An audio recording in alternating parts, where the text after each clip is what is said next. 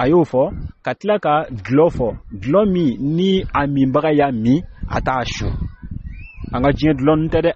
alikiyama jɔ don walima alijinɛ kɔnɔ dulɔ o de ko don alakira don kɔtɛ sallallahu alaihi wasallam ni maa o maa n'i ye diɲɛ dulɔ in de min lahara dulɔ ko kɔni e sen t'o la wallahi lazi la ilaha ghayru ayiwa nin de kan ka fɔ an ka mɔgɔ barika bannen ninnu yɛrɛ maa mun kelen don k'u yɛrɛ fasan k'u yɛrɛ barika ban ni dulɔ min ye wallahi n'i ko k'i bɛ kuma dulɔ yɛrɛ de kan bi Mali la i ka dɔn k'a fɔ mɔgɔw n'i kɛ fɛn wɛrɛ mun de ye adamaden mun de sera an ma mun de sera adamadenya ma e bɛ fɛn duman bɛ to yen nɔ fo k'i i balan dulɔ de ma hatta hali musomaninw bɛ dulɔ min bi musomaninw u bɛ dulɔ min ko k'a da kan k'o b'olu tɛ ɲa an ka karamɔgɔ ko y'o de fɔ a ko ni sufɛseli ma e tɛ ɲa fo e bɛ tigi i balan dulɔ la fɛn min haramuyalen don e bɛ tigi i balan o de ma k'o b'e tɛ ɲa i ka dɔn k'a fɔ ne tɛ dan sɔrɔ nin na dɛ a nana kumaw la k'a fɔ ko Mali de kɛra ma don troisième pays classement na Mali de nana troisième position na diɲɛ jamana bɛɛ lajɛlen Mali de kɛra jamana sabanan ye jamana min k'a bɛ dulɔ min ka tɛmɛ bɛɛ kan la hawla wala quwwata illa billah ni maloya de tun kan ka anw faga ni maloya tun kan ka maliyɛn faga wallahi lazi la ilaha ghayru diɲɛ bɛɛ ko Mali kɛra sabanan ye an m'a fɔ anw de ko ten dɛ u ko ten di wallahi hali n'o y'a sɔrɔ tiɲɛ tɛ hali ni e wulila ka kɛlɛ kɛ n'o tɛ tiɲɛ wallahi Mali tɛ se ka kɛ sabanan ye dulɔ min na e ma nin jamana in ye de e ma nin jamana in ye de a mana kɛ cogo o cogo n donna ma fɛn ta ma dɔn ma wusa n'o ye ni e Mali donna classement na n ko dulɔ de bɛ feere Mali la ni Mali faamaw barika banna k'u fasa n'olu ye dulɔ feere yɔrɔ mɔgɔw bila u ka dulɔ feere yɔrɔ fɛngɛ yɔrɔ bɛɛ an ka karamɔgɔ sidɔnbali mun fana bɛ yen nɔ nk'olu fana y'o de fɔ non walayi an kana bin mɔgɔ kan mɔgɔw ka barika na datugu ni e den tɛ yen ka ban k'o ye fasa ni barika ban kuma ye e den tɛ yen nɔ nko ni ko cayara k'a caya tuma dɔ la i bɛ taa bali ni hali e ko k'i tɛ don a la i bɛ taa bali a la i den dɔ bɛ don a la non a y'a to yen bɛɛ k'i ka baraso dayɛlɛ non ni e tɛ taa kɔnɔ ka ban silamɛw bɛ misi la ni silamɛw tɛ taa yen nɔ ka ban n'u ma client sɔrɔ u tɛna datugu o tɛ tiɲɛ o ninnu tɛ hakilimaya kuma yɛrɛ o a bɛ kɛlɛ de kɛ a ka wuli ka bɔ yen n'i ye kojugu ye Alakira y'o de fɔ sallallahu alaihi wasallam n'i ye mɔgɔ ka kuma ye nin kuma sugu ye wallahi barika de banna i ka limaniya de banna Alakira y'o de fɔ sallallahu alaihi wasallam man yara minkum munkara falyughayyiruhu bi yadihi wa idha lam yastati fa bi qalbi fa bi lisani wa idha lam yastati fa bi qalbi zalika ad'afu al-iman an kan ka nin ko in de kɔ mais e de bɛ kontan ni o ye a y'a to yen ni e t'a kɔnɔ ka ban a banna o tɛ tiɲɛ kuma ye o y'i ka limaniya de banna o ni Alakira ka ni halisa in tɛ ɲɔgɔn ta abada de si Alakira de ko sallallahu alaihi wasallam man yara munkara minkum falyughayyiruhu bi yadi n'aw ye ko ye aw bolo k'aw bɛ se ka wuli k'aw bolo ko k'o kɛlɛ k'o bɔ yen aw bɛ wuli k'o kɛlɛ ka bɔ yen n'an bɛ se ka wuli ka taa baaraso ci an b'o kɛ n'an bɛ wuli ka taa dulɔso ci an b'o kɛ dulɔso min b'an ka quartier kɔnɔ n'an ko k'an quartier denmisɛnninw ko k'an tɛ sɔn a ma an bɛ wuli an bɛ taa ci hɛrɛ bɛ si hɛrɛ bɛ tile n'an bɛ se k'o kɛ an b'o kɛ mais n'an fasana k'an barika ban k'an tɛ se k'o kɛ an b'a ko ye an b'a fɔ k'a bɔgɔrɔ dɔn o k'a fɔ u ɲɛna k'a fɔ aw bɛ ka nin min kɛ a man ɲi n'o tɛ se k'a kɛ an bɛ se k'a ko ye an b'a kɔn an dusukun na nka an ka lafu ma se o ma bi dɛ k'a fɔ k'anw bɛ dulɔko de ye k'an bɛ dulɔ de ye k'an b'o de kɔn an dusukun na an ta ma se o ma fɔlɔ bali fɔlɔfɔlɔ min fɔra k'a bali n'i tigɛ anw de bɛ o martaba la bi an kan ka wuli de dulɔso fɛn fɛn b'an ka quartierw kɔnɔ ka wuli k'u ci an t'an kan jigin ka nin fɔ koyi fama mun b'a fɔ k'a fɔ ko c'est un pays laïque bɛɛ lajɛlen ta bɛ se ka kɛ o tɛ tiɲɛ silamɛw de bɛ Mali la koyi silamɛw de bɛ Mali la ni ye Mali ye k'a fɔ ko Mali donna classement kɔnɔ wallahi a waati ninnu a mɔgɔw bɔra ka kumaw fɔ n'o tɛ tiɲɛ nin ye classement min ye nin tɛ classement n'i y'a ye an donna classement la n ko an bɛ dulɔ de min n'i y'a ye Mali donna classement la ka Mali don dulɔ classement na wallahi dulɔ de bɛ feere Mali la sinon ni Mali tun willa ka dlo ko kele dlo te fere Mali la fenge ite Mali to classement na muna murtani ma do ala muna o ma murtani do classement na kataka dlo de te mi ka envra kina foko ba beke Mali la chuga mina muna o mo do classement na uto do ala mais ni ay Mali do na classement na ka daka Mali den fanchama de barka bana ko ke dlo mina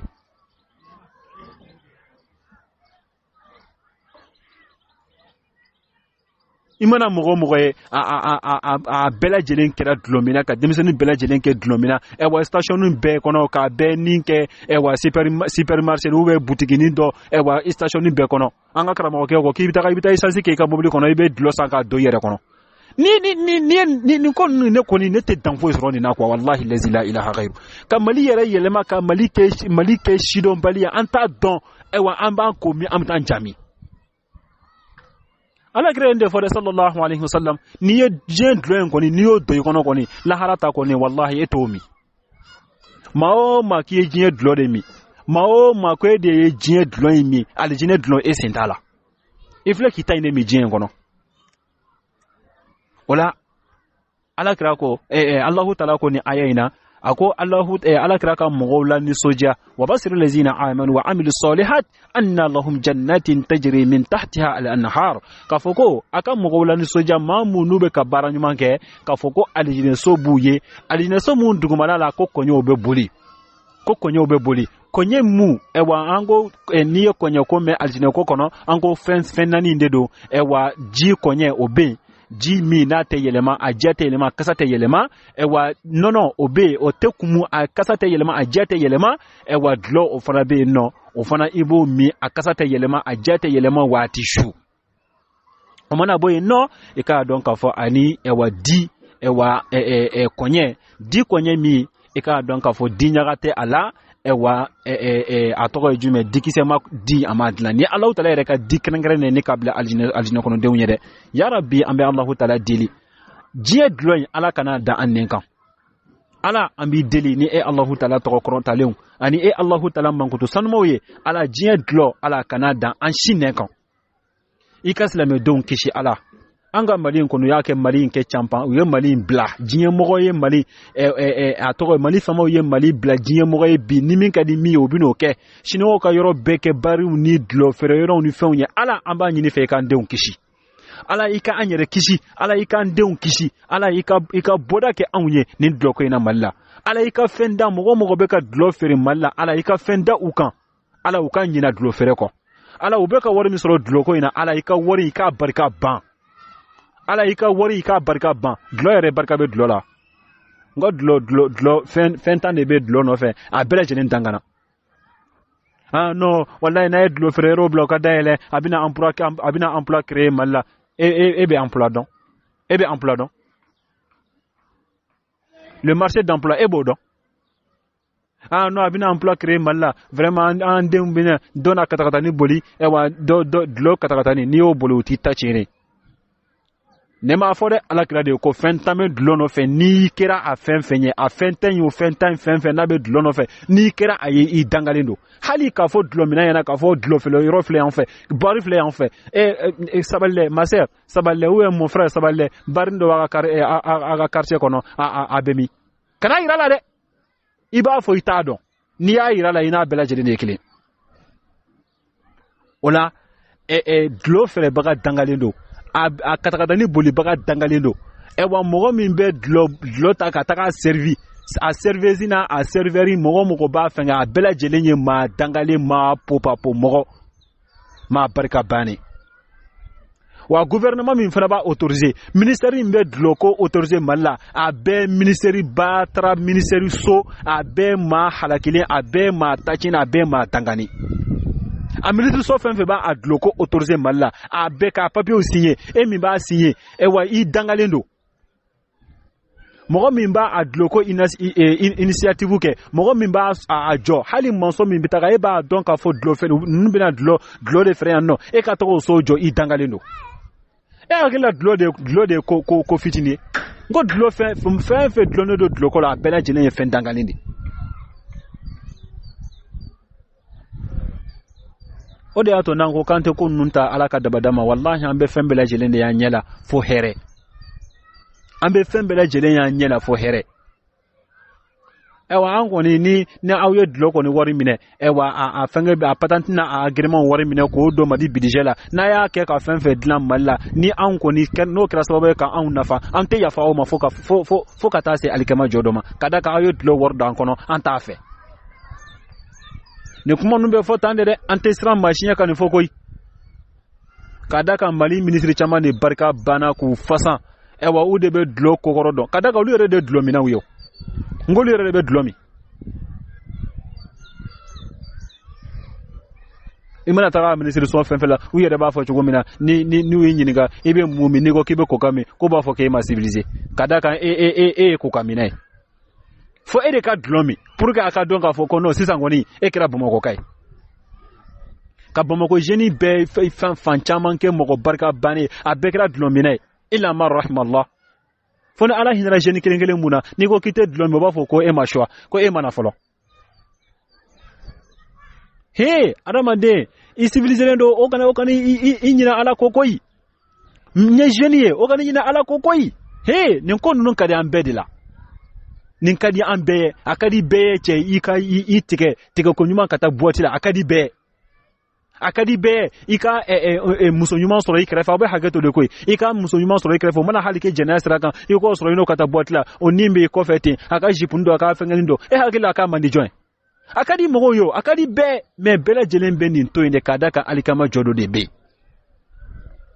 wallahi ni damu nin kosugo ni damu so nun ke jeen kono ni ma to bi sayaka na ki soro nin kan wallahi lahara don ti tayro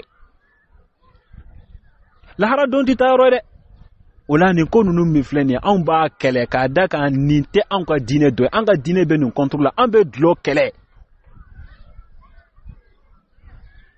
wala abeni choka kenla Allahu ta'ala ko bolli be ko kaljina so jukoro e wa konye mu nanya fo kabura ni fenani na wala abeni chuga kenen la Allahu ta'ala ko kullama ruzuqu minha wati ni garsege aljina kono e min samaratin e wa yiri dendola ni ri dondo na uma e wa ni dili kera uma yiri dendola ku ba fo e wa hadha allazi ruzuqna min qabli e ko ni nana di uma ha ko nuka wula fe dumuni nana duma u be yiri dendo yo dumuni kerefe ewa ku ba fo ko ihi so mada fe ngoni so mada na nintunana nimpomu ni pomu de ngo pomu na so mada ina ago ko ewa yiri de nunu bolu no nyongo fe di dro mutashabiha u bolu no nyongo fe nga u gude tekelenye nu ya nene ku ba fo ko wallahi ko ko jawu bolu no nyongo fe nga u tekelenye so mada ina mintunana u tenie ha kullama ruzuqu minha رزقا قالوا هذا الذي رزقنا من قبل وأوتوا به متشابها ولهم فيها زواج مطهرة ko Allah ta'ala ko muso nyuma bu bulu de ha muso nyuma be aljine kono de bulu aljine kono muso nyuma muso mu nu nyekuse kakuma muso mu nu unye dinge wai ka donc fo hawla wala quwwata illa billah natara mogo min be aljine fale jina chogo mina wallahi allazi la ilaha ghayru aljine bi se ko fale jina chogo mi jie mi ni ba kono itina sanke me ka kono na bi kono ka fo bina sanke me de ke jie kono boy kono de ma shi kan yere malasan ni wati na ka fo ke bi sanke me balo kana o ble kungulula bal halu yere balo hali sanke me yere balo munde ba ko fe saya wala ibida taka bada de damine ni oye badan ni ya kira aljine falhamdulillah nga na kira yoro donye ali wailu lak ibo de kono sa itebo aljine kono ni dona kono iba kono de badan itebo sa hakete ala wati hakete ala ba kono de khalidina fiha abada wala Allahu ta'ala ko musube aljine kono de umbolo muso mu ewa ni muso done muso mu nu ka sanu muso mu nu te bangi jeliye muso mu nu te ladaye muso mu nu te uche dalamine muso mu nu prene uche ka ko nye bela jena ni che yu nyamara doron uba ke muso mu be no nu bu che u kanu ware kama kanu tere kadaka muso chama be bi o be ala minɛ ka i kanu i ka wari de kama i ka nafolo de kama al maslahatul shakhsiya l'intérêt personnel o b'i kanu ka da o de kan nka aljinɛ ta ninnu to ye dɛ ɛwa aljinɛ ta ninnu ngo nunji tɛ bɔ u la ɛwa min ye k'a fɔ ko ɛwa banakotaga aljinɛ kɔnɔ o ti bange jeli aljinɛ kɔnɔ o ti ɛwa n bɛ laada la bi kɔni laada jeli de bɛ na aw bɛ hakɛ to ɛwa fɛn tɛ yen bi o tɛ aljinɛ kɔnɔ dɛ aljinɛ kɔni waati bɛɛ u bɛ nɔfɛ de u b'i kanu i kanu bɛ u la o la nin de ye aljinɛ Allahu taala ko ɛwa i k'a dɔn k'a fɔ a bɛ aljinɛ kɔnɔ den ninnu yɛrɛ azwajun ɛwa musow la mutahharatun muso min n'u sanuyalen don wa o aljinɛ kɔnɔ den mun filɛ nin ye dɛ fiha u bɛ aljinɛ kɔnɔ khalidun u b'a kɔnɔ bada u tɛ bɔ ko ni aljinɛ kɔnɔ denw donna aljinɛ kɔnɔ ko ni Allahu taala ko ma aljinɛ kɔnɔ denw aw kɔni bɛ aljinɛ kɔnɔ ka ban sa wa aw ye aw dunmɛbaga de aljinɛ kɔnɔ aw tɛ bɔ k'o de ka di ka tɛmɛ hali aljinɛ yɛrɛ kan k'a fɔ aljinɛ kɔnɔ den yɛrɛ aw bɛ nin diya min kɔnɔ aw tɛna bɔ a kɔnɔ a banna Allahu akbar Allahu akbar an k'a dɔn an k'a fɔ aljinɛ tɛ nɛgɛ bɔ dɛ a tɛ nɛgɛ bɔ i b'a kɔnɔ badaw a kana kɛ maa dɔ kɔnɔ k'a fɔ n'i bɛ aljinɛ kɔnɔ non vraiment aljinɛ nɛgɛ bɛna bɔ an bɛna ayi aljinɛ nɛgɛ tɛ bɔ maa si la i b'a kɔnɔ de fɛn duman don o don bɛɛ ka di ka tɛmɛ kunu kan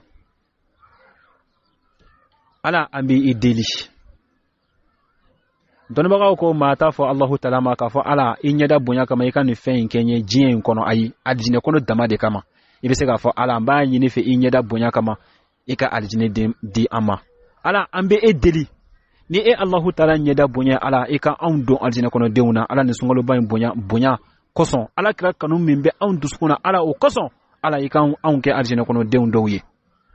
ala i kana anw ta kɛ aljinɛ lamɛn a lamɛnni dama an tulo la ala walima a mankuti lamɛnni dama an tulo la ala kana anw ta kɛ o ye ala i ka anw don aljinɛ kɔnɔ denw na ala aljinɛ i y'a dan i ka jɔn ɲumanw de kama i y'a dan jɔnw de kama ala e yɛrɛ mako foyi tɛ aljinɛ na ala i ka anw don aljinɛ kɔnɔ denw cɛla wa ma zalika alallahi bi aziz ala an b'o ɲini e Allahu taala fɛ maa si ta tɛ aljinɛ ye e Allahu taala de ta don wa i bɛna mɔgɔw de don a kɔnɔ ni mɔgɔ mun jara e Allahu taala n'u ka bato sababu ala i ka anw don ala dɛ ala i ka anw don aljinɛ kɔnɔ denw na i ka anw kisi ni ka bɔ tasuma kɔnɔ dɔɔni ma wala a bɛ nin cogoya kelen la aiwa n'a fɔra ko al-amil saliha maa mun n'u ye baara ɲuman kɛ u ye baara ɲuman min fɔ nin yɔrɔ in na o ko fɛn wɛrɛ tɛ dɛ ko o de ye ka da Allahu taala la i bɛ da Allahu taala la o kɔfɛ ka baara kɛ ni alakira ka tasira ye sallallahu alaihi wasallam o de ye baara ɲuman ye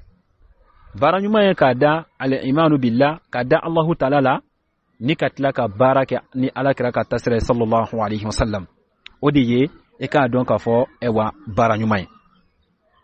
o la ka da Allahu taala la n'i dara Allahu taala la i tɛ foyi fara Allahu taala kan o la n'o kɛra i bɛ tila ka baara kɛ ni alakira ka baara kɛ ta ye sallallahu alaihi wasallam o la baara ɲuman bɛɛ lajɛlen bɛ don o kɔnɔ ka da kan alakira sallallahu alaihi wasallam ɲuman to yen fo a y'a yira an mantonw na a ma baara ɲuman to yen fo a y'a yira an mantonw na o la a bɛ nin cogoya kelen na an bɛ Allahu taala deli Allahu taala k'an kɛ kabiri baara ɲuman kɛbagaw ye ala ka bɔda kɛ ne ni aw bɛɛ lajɛlen ye ala ka hinɛ ne ni aw bɛɛ lajɛlen na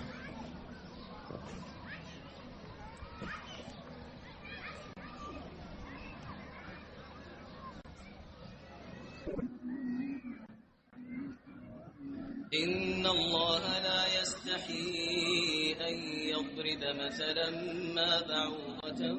فما فوقها فأما الذين آمنوا فيعلمون أنه الحق من ربهم وأما الذين كفروا فيقولون ماذا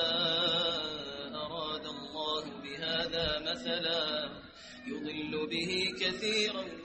ويهدي به كثيرا وما يضل به إلا الفاسقين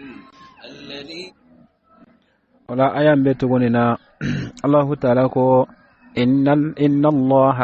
إكان دونك فالله تعالى la yastahi Allahu ta'ala ko samete Allahu ta'ala bari ni ya fo chugo nyumanye ate fa Allahu ta'ala te maloya o te fa Allahu ta'ala hakela iba fo ka fo same maloya o te Allahu ta'ala bari inna Allah ika don ga fa Allahu ta'ala de la yastahi samete Allahu ta'ala bari an yadriba masalan Allahu ta'ala ka misaliya goshi ke ma fena ba'udatan ni halo kera soso musoni de fama fawqaha fami hali ni obo o sanfede fa ammal ladina